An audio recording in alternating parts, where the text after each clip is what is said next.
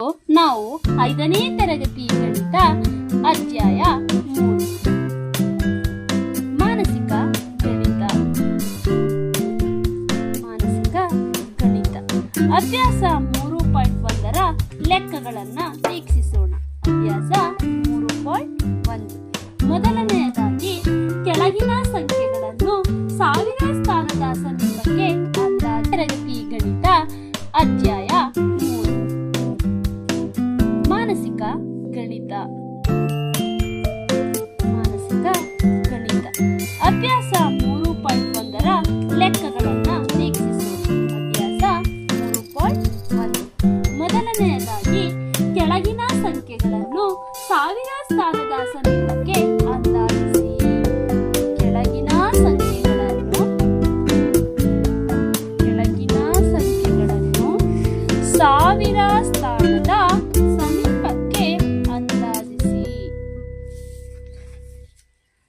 ಸಮೀಪಕ್ಕೆ ಅಂದಾಜಿಸಿ.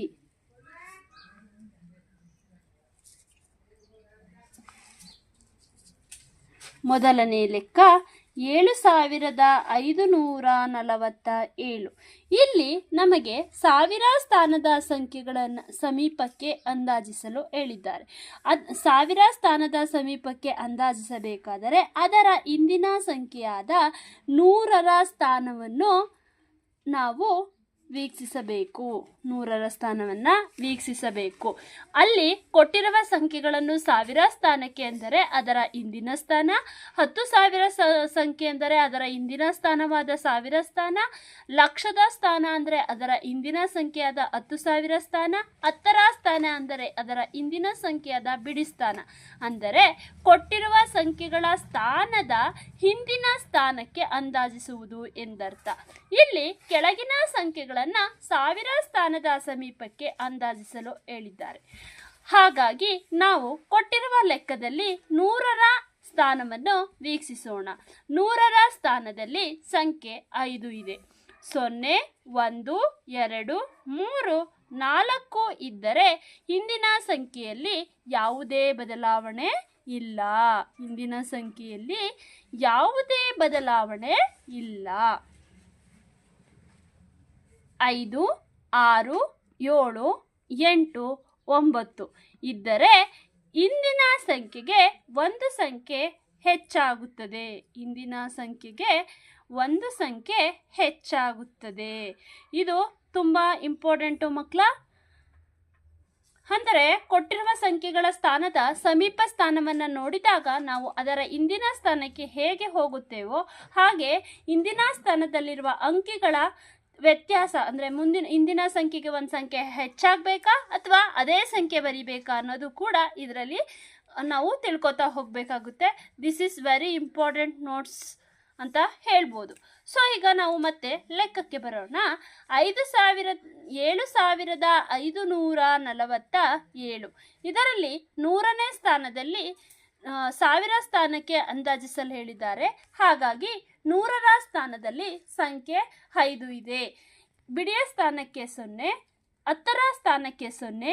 ನಾವು 100ರ ಸ್ಥಾನವನ್ನು ನೋಡ್ತಾ ಇದ್ದೀವಿ. ಸೊ ಈ ಸ್ಥಾನನೂ ಕೂಡ 0 ಆಗಿರುತ್ತದೆ. 100ರ ಸ್ಥಾನದಲ್ಲಿ ಸಂಖ್ಯೆ 5 ಇದೆ. ಹಾಗಾದ್ರೆ ಏನಾಗುತ್ತೆ ಮಕ್ಕಳ? ಒಂದು ಹೆಚ್ಚಾಗುತ್ತೆ. Very good. ಇಂದಿನ ಸಂಖ್ಯೆಗೆ ಒಂದು ಹೆಚ್ಚಾಗುತ್ತದೆ. ಹೌದಲ್ವಾ? ಸೊ ಹಾಗಾದ್ರೆ ಇಲ್ಲಿ 7 ಇದೆ. ಒಂದು ಸಂಖ್ಯೆ ಹೆಚ್ಚಾದ್ರೆ ಎಷ್ಟಾಯ್ತು? 8. ಎಷ್ಟು ಬಂತು ಆನ್ಸರ್? ಹಾಗಾದ್ರೆ 8,000. Very good. ಹಾಗಾದ್ರೆ ನಾವು ಮುಂದಿನ ಲೆಕ್ಕಕ್ಕೆ ಹೋಗೋಣ ಮಕ್ಕಳ. ಎರಡನೇ ಲೆಕ್ಕ 3,469. ಈ ಲೆಕ್ಕದಲ್ಲೂ ನಮಗೆ 1000 ಸ್ಥಾನದ ಸಮೀಪಕ್ಕೆ ಅಂದಾಜಿಸಲಾಗಿದೆ. ಹೌದಲ್ವಾ? ಹಾಗಾದ್ರೆ ನಮ್ಗೆ 100ರ ಸ್ಥಾನದಲ್ಲಿ ಯಾವ ಸಂಖ್ಯೆ ಇದೆ? ಯಾವ ಸಂಖ್ಯೆ ಇದೆ 100ರ ಸ್ಥಾನದಲ್ಲಿ? 4. ನಾವು ಬಿಡಿ 10 ಮತ್ತು 100ರ ಸ್ಥಾನದ ಸಂಖ್ಯೆಗಳಿಗೆ ಏನ್ ಹಾಕಬೇಕು? 0. ಇಲ್ಲಿ 4 ಸಂಖ್ಯೆ ಇದೆ ಅಲ್ವಾ? 4 ಸಂಖ್ಯೆ ಇದ್ರೆ ಏನಾಗುತ್ತೆ? ಏನು ಇಂದಿನ ಸಂಖ್ಯೆಯಲ್ಲಿ ಯಾವುದೇ ರೀತಿಯ ಬದಲಾಗುವುದಿಲ್ಲ. ಸೊ ಇಲ್ಲಿ 3 ಇದೆ, 3 ಬರಿಬೋದಲ್ವಾ? ಎಷ್ಟು ಬಂತು ಮಕ್ಕಳ ಉತ್ತರ? 3,000. 3,000. ಹಾಗಾದ್ರೆ ನಾವೀಗ 3ನೇ ಲೆಕ್ಕಕ್ಕೆ ಹೋಗೋಣ. ಎಷ್ಟು ಕೊಟ್ಟಿದ್ದಾರೆ ಲೆಕ್ಕದಲ್ಲಿ? 15,238. 15,238. ಹೌದಲ್ವಾ? ಇಲ್ಲೂ ಅಷ್ಟೇ ಸಾವಿರ ಸ್ಥಾನದ ಸಮೀಪಕ್ಕೆ ಅಂದಾಜಿಸ ಕೇಳವ್ರೆ. ಹೌದಲ್ವಾ? ಹಾಗಾದ್ರೆ ಸಾವಿರ ಸ್ಥಾನ ಅಂದ್ರೆ ನಮ್ಗೆ ಇದು ಯಾವ ಸ್ಥಾನ? ಬಿಡಿ 10, 100, 1000. 10,000. ಸಾವಿರ ಸ್ಥಾನಕ್ಕೆ ನಮ್ಗೆ 5 ಬರ್ತದೆ ಅಲ್ವಾ? ಹಾಗಾದ್ರೆ ನಾವು 100ರ ಸ್ಥಾನವನ್ನ ವೀಕ್ಷಣೆ ಮಾಡ್ಬೇಕಲ್ವಾ? 100ರ ಸ್ಥಾನದಲ್ಲಿ ಯಾವ ಸಂಖ್ಯೆ ಇದೆ? 2. ಹಾಗಾದ್ರೆ 100ರ ಸಂಖ್ಯೆ ಸ್ಥಾನವರೆಗೂ ನಾವ್ ಏನಂತ ಬರ್ಕೋಬೇಕು? 0. ಇಲ್ಲಿ 0 ಇಂದ 4 ಒಳಗಡೆ ಇದೆ ಅಲ್ವಾ? 0 ಇಂದ 4ರ ಒಳಗಿನ ಸಂಖ್ಯೆ ಆಗಿರೋದ್ರಿಂದ ಇಂದಿನ ಸಂಖ್ಯೆಯಲ್ಲಿ ಯಾವುದೇ ರೀತಿಯ ಬದಲಾವಣೆ ಆಗುವುದಿಲ್ಲ. ಹೌದಲ್ವಾ? ಎಷ್ಟು ಬಂತು ಉತ್ತರ? 15,000. Very good. ಹಾಗಾದ್ರೆ ಈ ಮೊದಲನೇ ಮೇನ್ನ 4ನೇ ಲೆಕ್ಕವನ್ನ ನೋಡೋಣ. ಎಷ್ಟು ಕೊಟ್ಟಿದ್ದಾರೆ ಲೆಕ್ಕದಲ್ಲಿ? 32,658.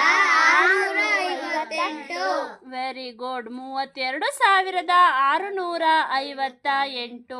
ಇದರಲ್ಲೂ ಅಷ್ಟೇ ಸಾವಿರ ಸ್ಥಾನದ ಸಮೀಪಕ್ಕೆ ಅಂದಾಜಿಸಲು ಹೇಳಿದ್ದಾರೆ. ಹೌದಲ್ವಾ? ಸಾವಿರ ಸ್ಥಾನ ಅಂದ್ರೆ ನಾವ್ ಯಾವ ಸ್ಥಾನ ನೋಡ್ಬೇಕು?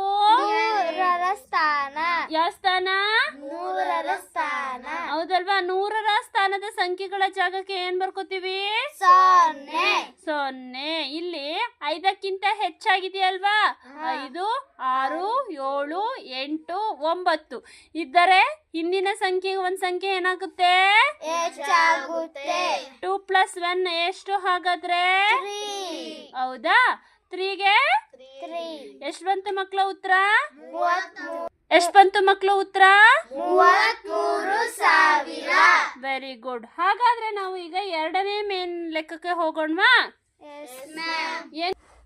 ಇಲ್ಲೇ ಇದು ಬರ್ಬೇಕನೆ. ಹಾಗಾದ್ರೆ ನಾವೀಗ 2ನೇ ಮೇನ್ಗೆ ಹೋಗೋದ ಮಕ್ಕಳ? ಇಲ್ಲೇನ್ ಕೊಟ್ಟಿದ್ದಾರೆ? ಕೆಳಗಿನ ಸಂಖ್ಯೆಗಳನ್ನು 10,000ದ ಸ್ಥಾನದ ಸಮೀಪಕ್ಕೆ ಅಂದಾಜಿಸಿ. ಮೊದಲನೇ ಲೆಕ್ಕ ಏನಿದೆ? 26,674. Very good. 26,674. ಇಲ್ಲಿ ಯಾವ ಸ್ಥಾನ ನೋಡಕ್ ಹೇಳಿದ್ದಾರೆ ನಮ್ಗೆ? 10,000ದ ಸ್ಥಾನ. ಹೌದಲ್ವಾ? ನಾವು 10,000ದ ಸ್ಥಾನ ಯಾವುದು ಅಂತ ಫಸ್ಟ್ ತಿಳ್ಕೊಳ್ಳೋಣವಾ? ಬಿಡಿ 10, 10, 100, 100, 1000, 10,000. 10,000 ಸ್ಥಾನವನ್ನ ನೋಡ್ಬೇಕು ಅಂದ್ರೆ ಅದರ ಹಿಂದಿನ ಸ್ಥಾನವಾದ ನಾವು ಸಾವಿರ ಸ್ಥಾನವನ್ನ ವೀಕ್ಷಿಸೋಣ. ಸಾವಿರ ಸ್ಥಾನದಲ್ಲಿ ನಮ್ಗೆ ಯಾವ ಸಂಖ್ಯೆ ಇದೆ? 6. ಸಾವಿರ ಸ್ಥಾನದಲ್ಲಿ ಯಾವ ಸಂಖ್ಯೆ ಇದೆ? 6. ಹೌದಲ್ವಾ? ಸೊ ಸಾವಿರ ಸ್ಥಾನದ ಎಲ್ಲಾ ಸಂಖ್ಯೆಗಳು ಏನಾಗುತ್ತೆ? 0. ಇಲ್ಲಿ 5ಕ್ಕಿಂತ ಹೆಚ್ಚಾಗಿದ್ದರೆ ಏನಾಗಬೇಕು? ಇಂದಿನ ಸಂಖ್ಯೆಗೆ ಒಂದು ಹೆಚ್ಚಾಗುತ್ತದೆ. 2 + 1 3. ಎಷ್ಟು ಬಂತು ಮಕ್ಕಳ ಉತ್ತರ? 30,000. Very good. ಹಾಗಾದ್ರೆ ನಾವು ಮುಂದಿನ ಲೆಕ್ಕಕ್ಕೆ ಹೋಗೋಣವಾ? 32,464 ಇದೆ. ಇಲ್ಲೂ ಅಷ್ಟೇ ಅವರು 10,000 ಸ್ಥಾನದ ಸಮೀಪಕ್ಕೆ ಅಂದಾಜಿಸ ಕೇಳವ್ರೆ. ಹೌದಲ್ವಾ? ಇದರಲ್ಲಿ 10,000ದ ಸಮೀಪದ ಸ್ಥಾನಕ್ಕೆ ನೋಡ್ಬೇಕಂದ್ರೆ ನಾವು ಅದರ ಸಾವಿರ ಸ್ಥಾನವನ್ನ ಮಾಡ್ಕೋಬೇಕಲ್ವಾ? ಯಾವ್ದಿದೆ ಸಾವಿರ ಸ್ಥಾನದಲ್ಲಿ? 2. ಹೌದಲ್ವಾ? ಸೊ ಸಾವಿರ ಸ್ಥಾನದ ಎಲ್ಲಾ ಸಂಖ್ಯೆಗಳು ಏನಾಗುತ್ತೆ? 0. Very good. ಹಾಗಾದ್ರೆ ಇದರ ಹಿಂದಿನ ಸಂಖ್ಯೆ ಹೆಚ್ಚಾಗುತ್ತಾ ಕಡಿಮೆ ಆಗುತ್ತಾ? ಕಡಿಮೆ. ಯಾಕೆ ಕಡಿಮೆ ಆಗುತ್ತೆ? ಅಲ್ಲಿ 0, 1, 2, 3 ಮತ್ತು 4. ಈ ಸಂಖ್ಯೆಗಳು ಪುನರಾವರ್ತಿತವಾಗಿದ್ದರೆ ಅಂದ್ರೆ ಆ ಸಂಖ್ಯೆಗಳೇನಾದ್ರೂ ಅಲ್ಲಿ ಬಂದಿದ್ರೆ ಹಿಂದಿನ ಸಂಖ್ಯೆಯಲ್ಲಿ ಯಾವುದೇ ಬದಲಾವಣೆ ಆಗುವುದಿಲ್ಲ. ಎಷ್ಟು ಬಂತು ಮಕ್ಕಳು ಆನ್ಸರು? 30,000. Very good. ಹಾಗಾದ್ರೆ ನಾವು 3ನೇ ಲೆಕ್ಕಕ್ಕೆ ಹೋಗೋಣ. ಏನ್ ಕೊಟ್ಟಿದ್ದಾರೆ 3ನೇ ಲೆಕ್ಕ? ಓದಿ ನೋಡೋಣ.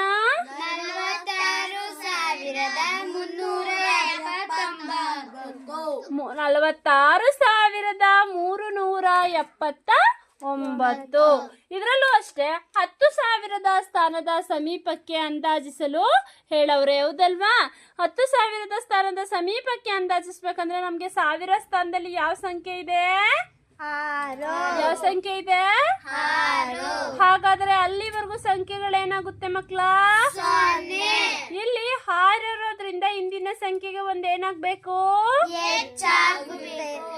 4 + 1 5. ಎಷ್ಟ್ ಬಂತು ಆನ್ಸರು? 50,000. Very good. ಹಾಗಾದ್ರೆ 2ನೇ ಮೇನ್ನ ಕೊನೆಯ ಲೆಕ್ಕವನ್ನ ನೋಡೋಣ ಈಗ. Yes, ma'am. ಎಷ್ಟು ಕೊಟ್ಟಿದ್ದಾರೆ ಕೊನೆಯ ಲೆಕ್ಕದಲ್ಲಿ? 53,668.